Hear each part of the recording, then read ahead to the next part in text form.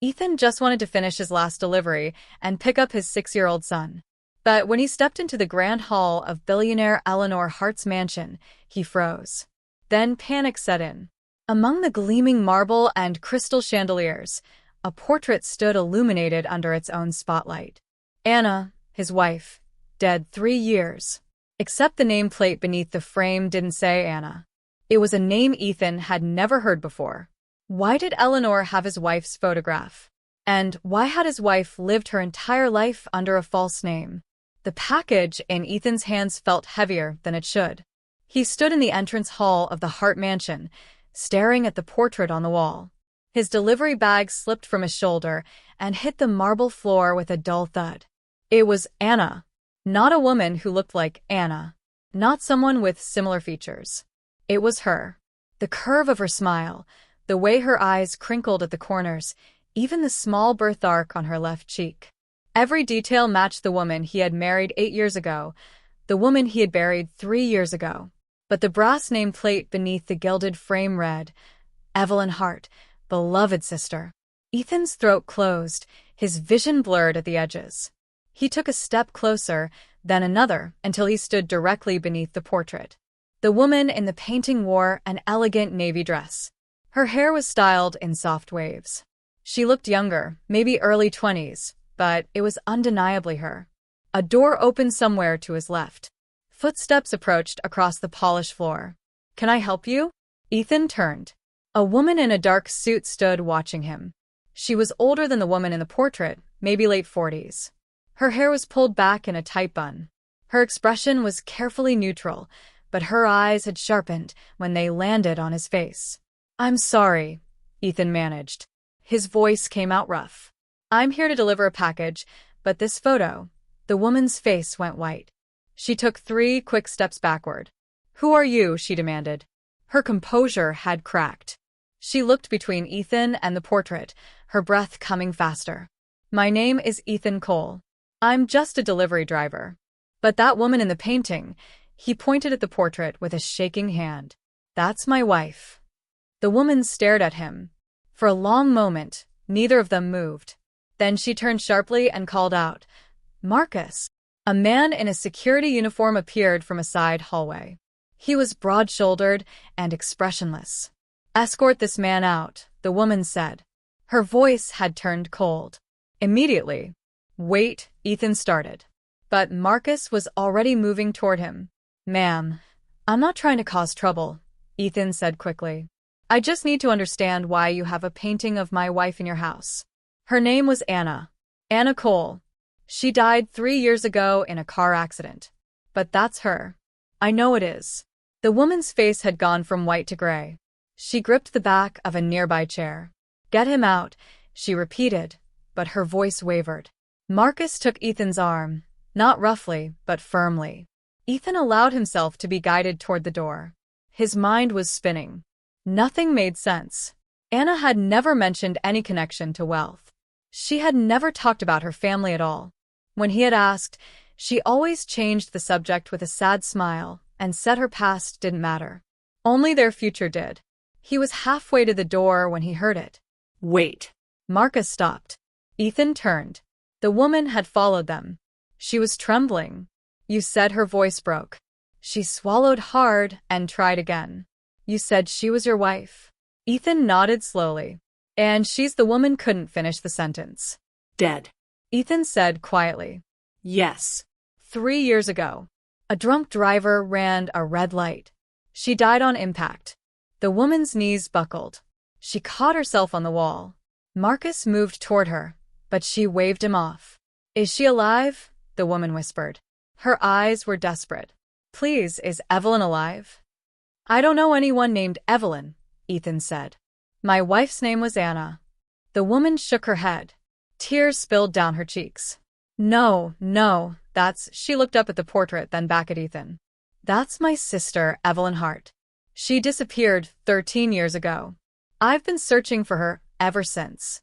I hired investigators. I checked hospitals, shelters, everywhere. But there was nothing. No trace. It was like she vanished into thin air." Ethan felt the floor tilt beneath him.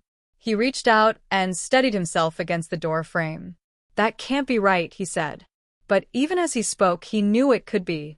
Anna had no family photos, no childhood stories, no old friends. She had appeared in his life like someone who had just been born the day they met. He had thought she was simply private, maybe running from a bad past. He had never pushed her to explain.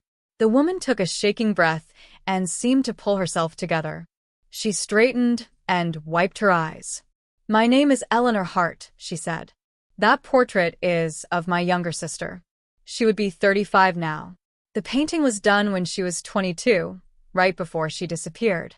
35. Anna had been 32 when she died. The timeline matched. "I don't understand," Ethan said. His voice sounded hollow in his own ears. Why would she change her name? Why would she leave? Eleanor looked at him for a long moment. Then she glanced at Marcus. "You can go," she told him quietly. Marcus hesitated, then nodded and walked away down the hall.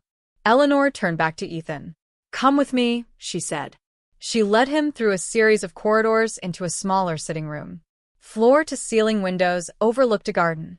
Eleanor gestured to a leather chair. Ethan sat. His legs felt weak. Eleanor remained standing. She moved to the window and stared out at the garden. Evelyn was the youngest. Eleanor said, "Our family, the Hart family, has money, a lot of it. My father built a pharmaceutical empire. When he died, I inherited the company. Evelyn was supposed to inherit a portion as well, but she never wanted any of it. She hated the life we lived. The scrutiny, the expectations, the control." Eleanor's voice was flat, detached, like she was reciting facts about a stranger. "When she was 22, she fell in love with someone," Eleanor continued. "Someone our mother disapproved of, a working-class man. Nothing wrong with him, but he wasn't from our world. My mother forbade the relationship. She threatened to cut Evelyn off completely. There were arguments, screaming matches. And then one night, Evelyn was just gone. She left a note. It said she couldn't live as a puppet anymore, that she was sorry." Eleanor turned to face Ethan. Her eyes were wet, but her expression was hard. "I thought she was selfish," Eleanor said. "I thought she threw away everything we had because she wanted to play at being normal. I was angry at her for years, but I never stopped looking because she was still my sister." Ethan's hands were clenched in his lap. His knuckles were white. "Anna never told me any of this," he said.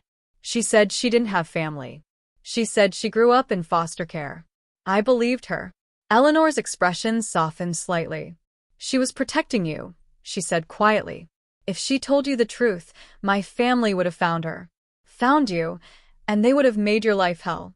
"Your family?" Ethan repeated. "You mean they would have come after us?" "My mother would have," Eleanor said. "She's dead now." "Passed 2 years ago.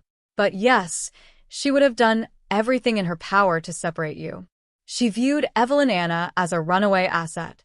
Not a daughter, just something that belonged to the Hart name." Ethan felt sick. Anna had lived her entire life with him, under a false identity. She had cut herself off from everything she knew, and she had done it for him, for their life together. "I have a son," Ethan said suddenly. "Lucas, he's 6 years old." Eleanor's expression changed. Something cracked in her carefully controlled face. "You have a son," she repeated softly. "Evelyn had a child." "He looks just like her," Ethan said. His voice broke. "Same eyes, same smile. He's all I have left of her." Eleanor crossed the room and sat down heavily in the chair across from him. She covered her face with her hands. Her shoulders shook. "I thought she was alive somewhere," Eleanor said through her fingers. "I thought maybe one day she would come home or at least call, send a letter, something. But she's gone." "She's really gone." Ethan stared at his hands. He thought about Anna, about the way she used to hum while she cooked dinner, the way she always made sure Lucas's favorite stuffed bear was tucked in beside him at night, the way she smiled when Ethan came home from work, even though they were always struggling to pay rent. She had given up everything for that life for him. And he had never known. "I need to go," Ethan said. He stood abruptly. "I need to pick up my son from school." Eleanor looked up. Her face was blotchy and red. "Wait," she said. Please, I need. She stopped, took a breath. Can we talk again? I need to understand. I need to know what her life was like, what kind of person she became. Ethan hesitated. Every instinct told him to run, to get Lucas and lock the door and pretend this had never happened. But he looked at Eleanor's face and saw his own grief reflected back at him. I'll think about it, he said. He walked out of the Hart mansion and climbed into his delivery van. His hands shook as he started the engine. He drove in silence toward Lucas's school. His mind was a roar of white noise. Anna, Evelyn, his wife, a stranger. He didn't know who he had been married to anymore. Ethan didn't sleep that night. He sat on the edge of his bed with their wedding album open in his lap. The photos showed Anna in a simple white dress, no family on her side, just a few friends she had made at the diner where she worked. He had thought it was sad at the time. Now, he understood it was deliberate. He traced his finger over her face in one of the photos. The smile was the same as in the portrait, the birthmark on her cheek, the way her eyes tilted slightly upward at the outer corners. He looked for differences and found none. His phone buzzed on the nightstand, a text from his supervisor asking if he could take extra shifts this weekend. Ethan stared at the message without reading it. His mind was somewhere else entirely. Lucas appeared in the doorway in his pajamas, his hair stuck up on one side. Daddy, why are you awake? Ethan closed the album quickly and set it aside. Just thinking, buddy, come here. Lucas climbed onto the bed and curled into Ethan's side. He smelled like the lavender soap Anna used to buy. Ethan had kept buying it after she died because it made the apartment feel less empty. Are you sad about Mommy again? Lucas asked quietly. Ethan wrapped his arm around his son. Yeah, he admitted. A little bit. Me, too, Lucas said. I wish I could remember her better. Ethan's chest tightened. Lucas had only been 3 when Anna died. His memories of her were already starting to fade.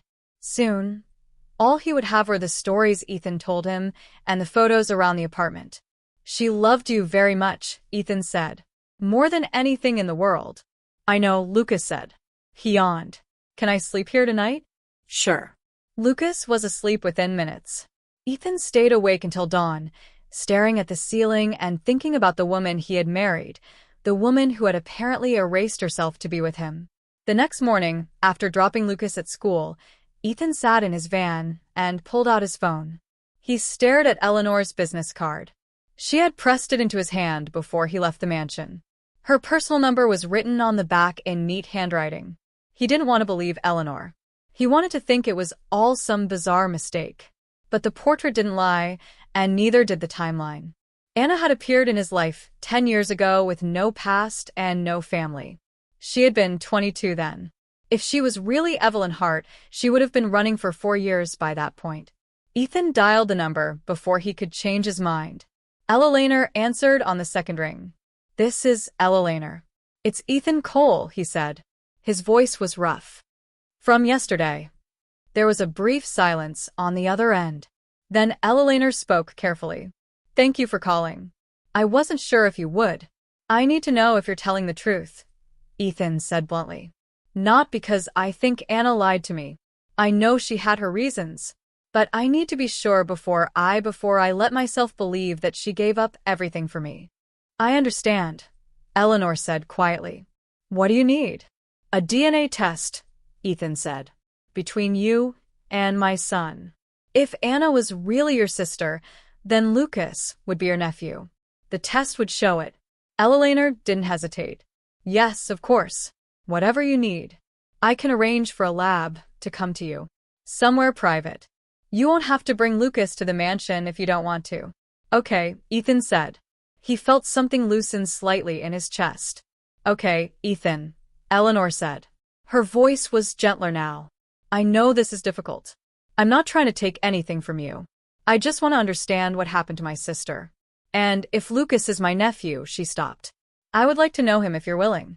Ethan closed his eyes. Let's start with the test, he said. The lab technician came to Ethan's apartment 3 days later. She was professional and quick. She swabbed Lucas's cheek while he sat at the kitchen table eating cereal. He thought it was a game. When she left, she said the results would take 5 to 7 business days. Ethan went through the motions of living. He picked up shifts. He made meals. He helped Lucas with his homework. But his mind was elsewhere. At night, he pulled out boxes of Anna's things. Old clothes, books, a jewelry box with cheap earrings, and a necklace he had bought her for their first anniversary. Everything was ordinary. Nothing suggested wealth or privilege. On the fourth day, his phone rang. It was Eleanor. "I hope I'm not bothering you," she said. "I just wanted to ask, how is Lucas doing?" Ethan frowned. He was sitting in his van between deliveries. He's fine. Why? "I just wondered if he likes to read, or if he has hobbies." I know it's strange to ask, but Eleanor's voice wavered slightly. "He's the only connection I have to Evelyn now. I'd like to know about him if that's all right." Ethan felt an unexpected pang of sympathy. Eleanor sounded lost. "He likes dinosaurs," Ethan said. And space. "He's obsessed with planets right now. He keeps asking me questions I don't know the answers to." Eleanor gave a soft laugh. "Evelyn was like that. She asked questions constantly. Drove our tutors crazy." They talked for another 10 minutes. It was easier than Ethan expected. When he hung up, he realized he was smiling slightly. Then he felt guilty for it. 2 days later, a package arrived at his apartment. It was addressed to Lucas. Inside were 3 picture books about space and a stuffed toy of a triceratops. There was a note in elegant handwriting for Lucas. "I thought he might enjoy these."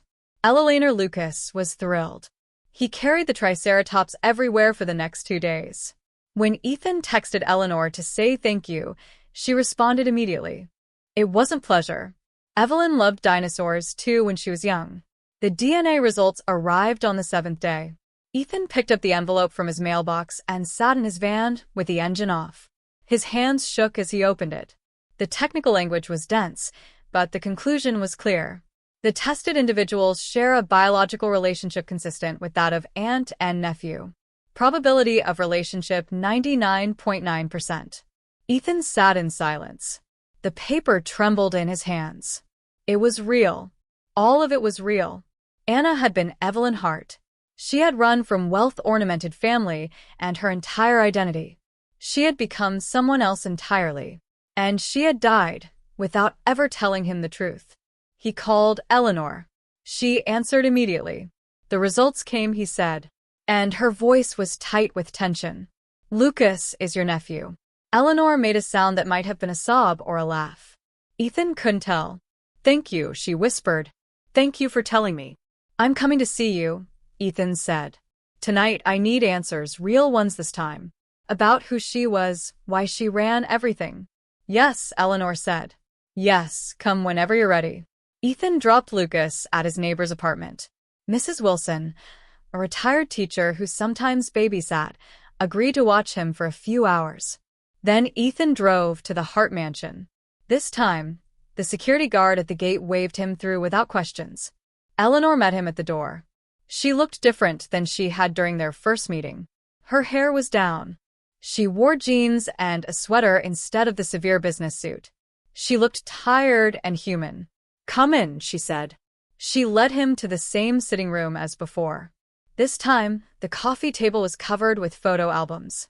Eleanor gestured for him to sit. "I pulled these out after you called," she said. "I haven't looked at them in years, but I thought you might want to see who Evelyn was." Before Ethan sat down, Eleanor opened the first album. The photos showed 2 young girls. One was clearly Eleanor, maybe 10 or 11 years old. The other was younger, maybe 6 or 7. She had Anna's face. "That's Evelyn," Eleanor said softly. She pointed to the younger girl. She was always smiling, always laughing. She made everything feel lighter. Ethan stared at the photo. Anna had laughed like that, too. It was one of the things he had loved most about her. Even when money was tight and the rent was late, she found reasons to smile. Eleanor turned the pages slowly. The photos showed birthday parties in grand ballrooms, family portraits in front of the mansion, Evelyn at dance recital and piano performances. In every photo, she was dressed perfectly. Her hair was styled, her posture was straight. But as she got older, the smile began to look strained. "Our father was very controlling," Eleanor said. Her voice was flat again. "He believed children were investments. We were homeschooled by the best tutors money could buy. We weren't allowed to have friends outside of approved social circles. Everything we did was scheduled, monitored. Our mother was worse after he died. She was terrified of scandal, terrified of losing control. She turned another page. Teenage Evelyn stared out from the photo. She wasn't smiling anymore. When Evelyn was 20, she started sneaking out. Eleanor continued. I covered for her. Told our mother she was at the library or meeting with her tutor. I didn't know where she really went. She wouldn't tell me. I think she was afraid I'd try to stop her. She met me, Ethan said quietly. I was making deliveries to a coffee shop near downtown. She came in one day, and we started talking. I thought she was a college student. She never corrected me. Eleanor nodded slowly. She must have been so relieved to be with someone who didn't know the heart name, who didn't want anything from her. I loved her, Ethan said, his voice cracked. I loved her for who she was, not for her money or her family. Just her. I know, Eleanor said.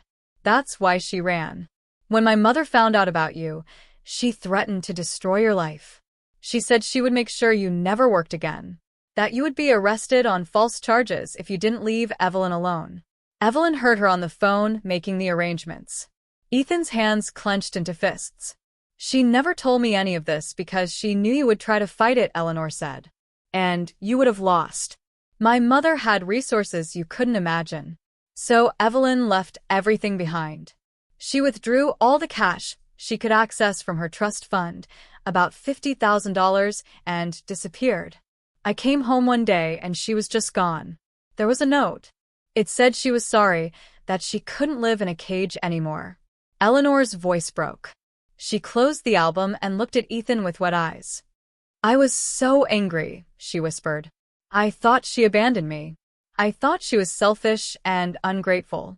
I didn't understand that she was suffocating, that she was choosing freedom over everything else. It took me years to stop being angry. And by then, I couldn't find her. She was just gone. Ethan wiped his eyes with the back of his hand. He thought about Anna working double shifts at the diner, saving every penny so they could afford a real wedding, moving into their tiny apartment and decorating it with furniture from thrift stores. She had done it all, without complaint. She had been happy. She told me once that she had everything she ever wanted. Ethan said, his voice shook. I thought she was just being kind, but maybe she meant it. She did, Eleanor said. I'm sure she did. They sat in silence for a moment. Then Eleanor spoke again. I'd like to know what her life was like with you, if you're willing to tell me. I want to understand who she became. Ethan nodded slowly. Okay, he said. But I need something, too. I need to see everything you have from her missing years. Photos, records, anything. I need to understand the person she used to be. Of course, Eleanor said. Over the next few weeks, they met regularly, sometimes at the mansion, sometimes at a neutral coffee shop. Eleanor showed Ethan old videos of Evelyn playing piano, letters she had written as a teenager, report cards from her tutors. Ethan told Eleanor about Anna's job at the diner, the way she sang while doing dishes, how she cried during sappy movies, and insisted they were happy tears. Lucas started asking about Eleanor. He called her his aunt now. Eleanor brought him books and toys each time she visited. She knelt down to his level when she talked to him. She listened carefully when he rambled about dinosaurs. One afternoon, Lucas hugged her goodbye and Eleanor froze. Then she wrapped her arms around him and cried quietly into his hair. Ethan watched them and felt something shift in his chest, something warm and unsettling. One evening, Eleanor came to the apartment with a small wooden box. Her hands were shaking as she set it on the kitchen table. I found this in storage, she said. It's Evelyn's from her bedroom. My mother boxed everything up after she disappeared. I couldn't look at it before, but I think you should see it. Ethan opened the box. Inside were trinkets and papers, a dried flower, a movie ticket stub, a bracelet made of cheap beads, and at the bottom, a small leather journal. Eleanor picked it up carefully and opened it. The handwriting inside was Anna's. Ethan recognized it immediately. It's her diary, Eleanor whispered. She flipped through the pages. She wrote in it up until a few months before she disappeared. They sat side by side on the couch and read together. The entries were brief. Most were complaints about tutors or her mother's demands, but toward the end, the tone changed. There were entries about sneaking out, about meeting someone who made her laugh, about feeling alive for the first time. Then Eleanor turned to the last page. It was dated 2 weeks before Evelyn vanished. The entry was longer than the others. I met him again today. Ethan, he doesn't know who I am. He just sees me. The real me. Not the heart name, not the money, just me. I think I could love him. I think I already do. But I'm terrified. If my family finds out, they'll destroy him. I can't let that happen. I have to choose. And I think I already know what I'm going to choose. Ethan's vision blurred. He couldn't breathe. Eleanor was crying beside him. She chose you, Eleanor whispered. She chose you over everything. Ethan stood abruptly. He couldn't sit anymore. He paced the window and stared out at the street. Eleanor stayed on the couch, clutching the journal. I should have protected her better, Ethan said. His voice was raw. I should have known something was wrong. She was so careful about everything. So private. I should have asked more questions. She didn't want you to ask, Ella Laner said gently. She wanted you to just love her. And you did. Ethan turned around. Eleanor was looking at him with an expression he couldn't name. Something soft and sad and understanding. Their eyes met and held. The room felt too small. Suddenly, too warm. Ethan crossed back to the couch. He sat down beside Eleanor, closer than before. She didn't move away. Thank you, he said quietly, for showing me this, for helping me understand. I should be thanking you, Eleanor said. You gave her a life she wanted. You gave her happiness. And you gave her Dukas. They were very close now. Ethan could see the flecks of gold in Eleanor's eyes. She smelled like lavender, like Anna. His heart was pounding. Eleanor's hand moved slightly, her fingers brushed against his. Neither of them pulled away. Then Ethan leaned forward. Eleanor's breath caught. Their faces were inches apart. He could feel the warmth of her skin. Her lips parted slightly. And then Ethan jerked backward like he had been burned. He stood up so fast he knocked the coffee table. The journal fell to the floor. I can't, he said. His voice was strangled. I can't do this. Anna. Ella Laner covered her face with her hands. I'm sorry, she said. I'm so sorry. I don't know what I was thinking. She was my sister. You were her husband. This is wrong. Ethan finished. This is wrong. They stared at each other in horror. The air between them felt poisonous now. I should go, Ethan said. Yes, Eleanor said. She wouldn't meet his eyes. I think that's best. Ethan grabbed his jacket and walked to the door. He stopped with his hand on the knob. I need some time, he said without turning around. To think about all of this. I understand, Eleanor said. Her voice was barely audible. Ethan left. He sat in his van in the parking lot for 20 minutes with his head against the steering wheel. His whole body was shaking. He had almost kissed his dead wife's sister. He had wanted to. For a moment, he had forgotten everything except the warmth in Eleanor's eyes and the way she understood his grief. He felt like he had betrayed Anna all over again. Ethan didn't call Eleanor for 3 weeks. He didn't answer when she called him either. The first few times he stared at her name on his phone screen until it went to voicemail. After that, she stopped trying. He told himself it was better this way, cleaner. He had Lucas to focus on, work to do, bills to pay. He didn't need complications. He didn't need to think about the way Eleanor's eyes had looked in the dim light of his apartment, or the way his heart had jumped when their hands touched. He especially didn't need to think about how much he wanted to see her again. Lucas was the one who broke first. Why doesn't Aunt Eleanor come over anymore? He asked one night at dinner. He pushed his macaroni around his plate without eating. Did I do something wrong? Ethan's chest tightened. No, buddy. You didn't do anything wrong. Then why? Lucas looked up at him with Anna's eyes. I miss her. Ethan set down his fork. He didn't have an answer that would make sense to a 6-year-old. He barely understood it himself. She's just busy, Ethan said. With work. Lucas frowned.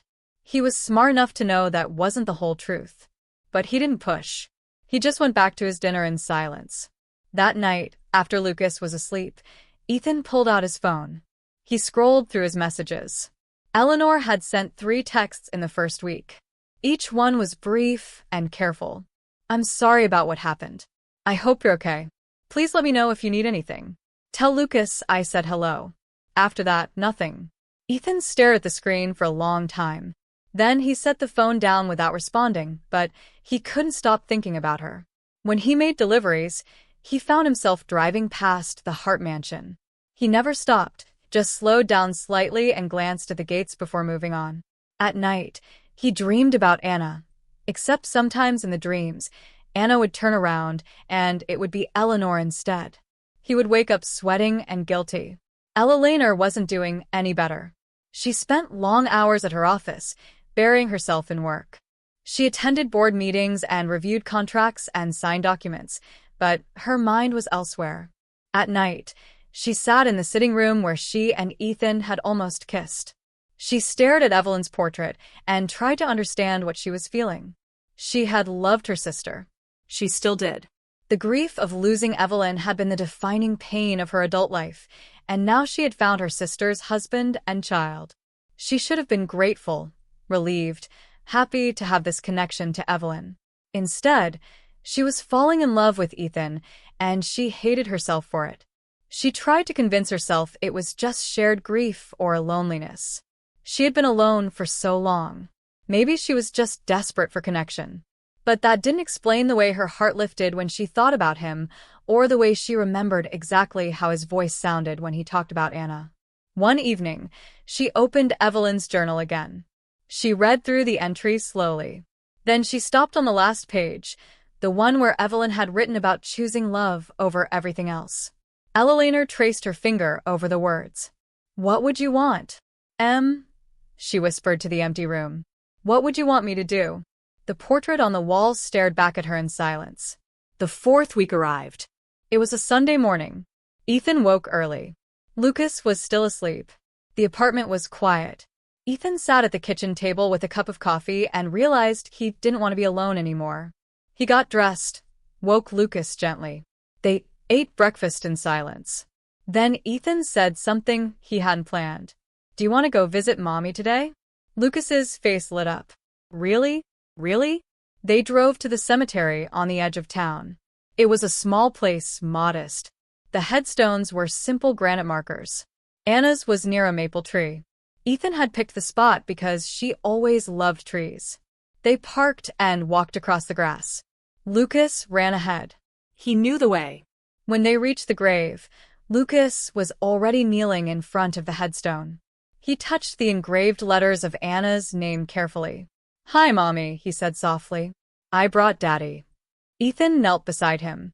He put his hand on Lucas's shoulder. "Hey, Anna," he said, his voice was rough. "It's been a while." They sat in silence for a moment. Then, Ethan heard footsteps behind them. He turned. His heart stopped. Eleanor was walking across the grass toward them. She wore jeans and a plain sweater. Her hair was loose around her shoulders. She stopped when she saw them. Her face went pale. "I'm sorry," she said quickly. "I didn't know you'd be here. I can leave." "No," Ethan said. He stood up. "Don't." Eleanor looked at him, then at Lucas, then at the headstone. She walked forward slowly. When she reached them, she knelt down on the other side of the grave. "Hi, she whispered. Her voice shook. "I'm sorry it took me so long to come. I didn't know where you were. And when I found out," she stopped. Tears ran down her face. "I'm sorry I couldn't protect you. I'm sorry you had to run. I'm sorry you died, thinking I was angry with you." Lucas watched her with wide eyes. He reached out and took Eleanor's hand. She gripped it tightly. "I miss you," Eleanor said. "I miss you so much. And I found Ethan and Lucas. They're wonderful. You were so happy with them. I can see it in every story Ethan tells me. You chose well, Em. You chose so well." She wiped her eyes with her free hand. Then she looked at Ethan across the grave. "I came here to ask you something," Eleanor said to the headstone. Her voice steadied slightly.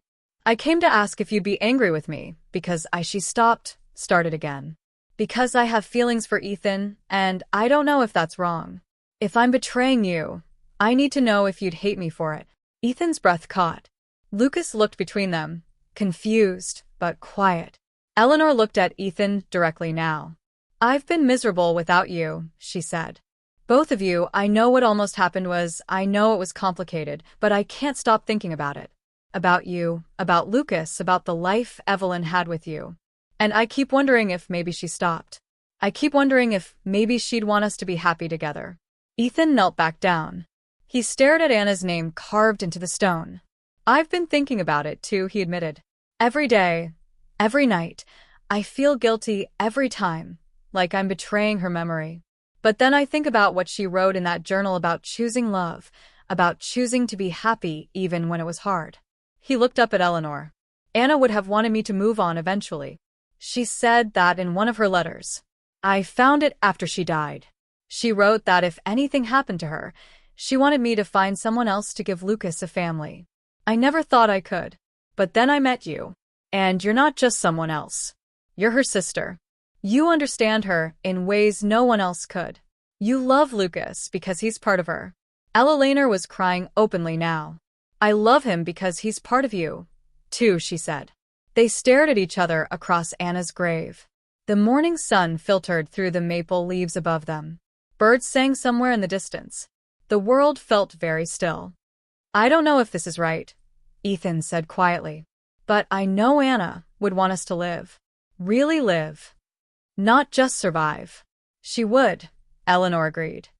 She ran away from everything so she could live the life she wanted. She'd want the same for us. Lucas spoke up suddenly. Mommy's not mad, he said. Both adults looked at him. He smiled. She's happy. I can feel it. Eleanor let out a sound between a laugh and a sob. She reached across the grave and took Ethan's hand. He led her. They sat like that for a long moment. Three people connected by love and loss and the ghost of a woman who had chosen freedom. Eventually they stood. Eleanor picked up Lucas and held him. He wrapped his arms around her neck. Ethan stood beside them. They looked at the headstone together. Thank you, Ethan said softly. For everything, for loving me, for giving me Lucas. For being brave enough to run. Thank you for being happy, Eleanor added. For finding what you wanted. For showing me that it's possible. They walked away from the grave together. Lucas was still in Eleanor's arms. Ethan walked beside them. When they reached the parking lot, Eleanor sat Lucas down. The boy immediately grabbed both their hands. Can Aunt Eleanor come to lunch? He asked hopefully. Ethan looked at Eleanor. She looked back at him. Neither of them spoke for a moment. The question hung in the air between them. Then Eleanor said carefully, only if your dad thinks that's okay. Ethan thought about Anna, about the way she used to laugh, the way she always insisted on feeding people, the way she believed in second chances and new beginnings. He thought about the last words in her journal, about choosing love. I think, Ethan said slowly, that would be okay. Lucas cheered. Eleanor smiled. It was the first real smile Ethan had seen on her face in weeks. But Ethan added, looking at Eleanor, we should probably start slow as friends. Get to know each other better without all the he gestured vaguely. Without all the complicated parts. Eleanor nodded. Friends, she agreed. I can do friends. Good, Ethan said. He smiled slightly. Because Lucas has been asking about you nonstop, and I'm running out of excuses. Eleanor laughed. It was a soft sound. Fragile but genuine. I've missed him too, she said. Then she looked at Ethan. Both of you. They stood in the parking lot in the morning sun. Lucas swung their joined hands back and forth. Above them, the maple leaves rustled in the breeze. Somewhere nearby, a car door closed. Life continued around them. Normal and ordinary and beautiful. So Eleanor said, lunch? Yeah. Ethan said, Lunch. They walked to their cars. Lucas climbed into Ethan's van. Eleanor got into her own car. As Ethan started the engine, he glanced in the rearview mirror at the cemetery behind them. He couldn't see Anna's grave from here, but he felt something settle in his chest. Something that felt like permission, like peace. Daddy, Lucas said from the back seat. Yeah, buddy. I think Mommy's happy we found Aunt Eleanor. Ethan looked at his son in the mirror. Lucas was smiling, completely certain. Yeah, Ethan said quietly. I think so, too. He pulled out of the parking lot. Eleanor's car followed behind them. They drove toward lunch, toward whatever came next. Not as lovers, not yet. Maybe not ever, but as two people who had both loved Anna, who both carried pieces of her with them, who were learning to live again. The road stretched out ahead. The sun was bright, and for the first time in 3 weeks, Ethan felt like he could breathe. Behind them in the quiet cemetery, a breeze moved through the maple tree. The leaves whispered against each other. And if you believed in such things, if you believed that love could outlast death, you might have said it sounded like laughter, like someone was finally at peace.